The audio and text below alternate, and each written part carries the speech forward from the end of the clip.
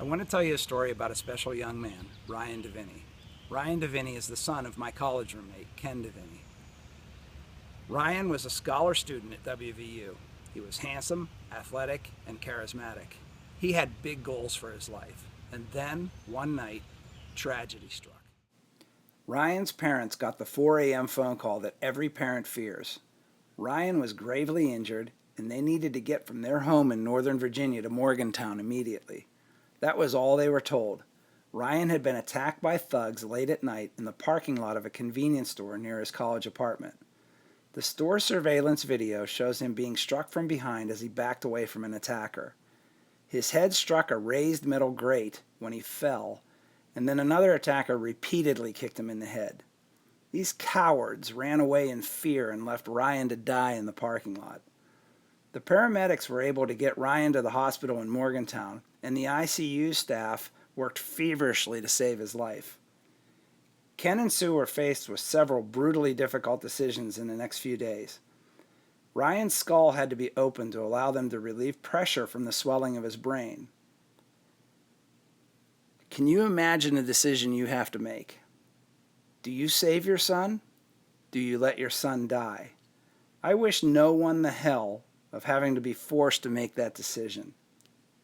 In the first week after the attack, I drove 90 minutes from my home in Pittsburgh to Morgantown to be with Ken and Sue for the afternoon. They were in the waiting room with their daughter Carrie and Sue's parents. They were exhausted, stressed, frightened, angry, and in tears. The ICU nurse dressed us all in hospital gowns and face masks and allowed us into Ryan's ICU room. Seeing Ryan was like an out-of-body experience for me. He was badly beaten. His skull dented, and tubes and wires were hooked all throughout his body. With our face masks on, I could only see Ken and Sue's eyes. I will never forget the look of fear in their eyes.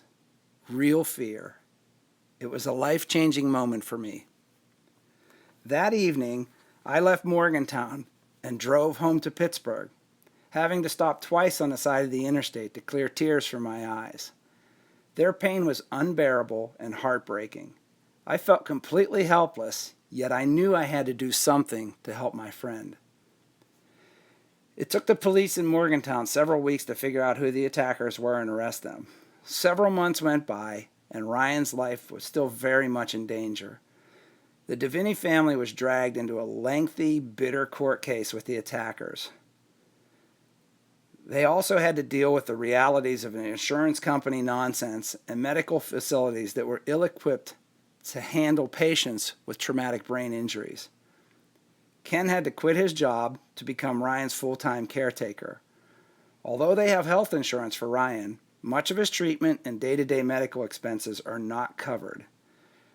The Diviney family each year is responsible for paying several $100,000 out of pocket to pay for their expenses. Okay, friends, this is where you can help. For the 5th straight year, along with my brother Joe and several good friends, we will be doing the Ride for Ryan. The Ride for Ryan is a multi-day, several hundred-mile bicycle ride, and this year it'll be from Washington, D.C. to Pittsburgh, PA, on the historic Great Allegheny Passage Trail. We'll be doing this ride to raise awareness for Ryan Diviney's plight and to raise much-needed money to help pay for his medical expenses. You've been very, very generous in the past few years as we've raised tens of thousands of dollars to help Ryan, and we ask you to be generous again this year. Over the next few weeks, you'll be seeing messages from us on Facebook, Twitter, email, and the like, asking you to support the different programs we have to raise money for Ryan Diviney and the Ride for Ryan. We appreciate your support in the past, and we thank you for your support this year. Together, we got this.